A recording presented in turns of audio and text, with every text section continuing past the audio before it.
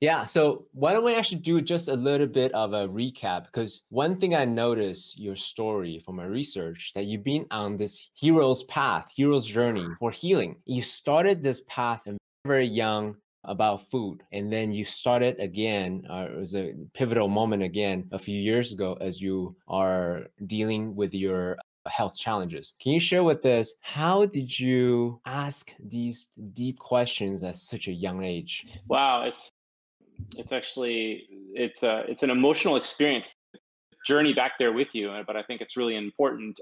Growing up here in eastern Pennsylvania, about an hour north of Philadelphia, as a young child, I was really unhealthy. Starting around the age of 3 or 4, from the furthest memories that I possibly have, I remember being sick all the time and like going back and forth to the same doctor starting around the ages of 3 or 4. My mom would take me to the doctor, and I just remember the doctor being a very compassionate person and really doing all that he could to help me. But really, what he would ultimately do was prescribe all kinds of medicines. And the symptoms that were emerging were like asthma, allergies, all of which led to things like obesity and just this general feeling of lethargy and malaise that was just set in from a young age. And I lived like that for many years, from about the age of 4 until about the age of 13. And around the age of 13, I think I was in early eighth grade and sustained an injury. I tried to go out to play sports, thinking that maybe if I threw myself at sports, then I would get healthy, right? Become fit. And about 6 weeks into the football season, I sustained an injury that completely debilitated me. I broke my ankle Oh straight man. through. Yeah, straight through 2 places, compound fracture. Oh I had to, man. I had to get surgery, brought the short season to an end. And then I ended up like on the couch for 6 weeks.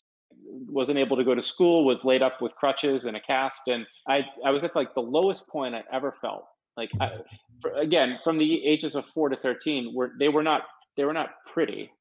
I remember thinking back and just feeling generally down about myself a lot through that season of my life. But that was like the lowest moment, and I decided like enough. I am not going to live this way anymore. And I remember very specifically saying, "Hey, mom, do me a favor. Next time you go to the grocery store, I want you to buy me a copy of a magazine called Men's Health." I had just seen an ad on TV back in the early 90s. Remember, they used to do those infomercials for magazines, and Men's Health appeared on the screen. So I asked my mom to buy me a copy of Men's Health, and she brought it home. And I remember I read it like cover to cover 10 times. And then I remember I wrote down like all these groceries. I'm like, all right, mom, here's next time you go back to the store, do me a favor, buy me everything that's on this list because I'm going to start eating. I thought to myself, okay, if I'm laid up on this couch for the next 6 weeks, I'm going to get to work. What can I do to start moving my life in a better direction? And I had this epiphany moment, which was like, it's food. You can control what you eat. And if you put good food into your body, guess what? It's going to speed the healing process. It's going to change your mood. It's going to change your mindset.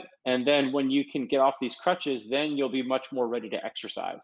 So that was really like the introductory moment that I think if I think back on it, it was maybe the first real pivotal moment of my life that set me on the course that I'm on today.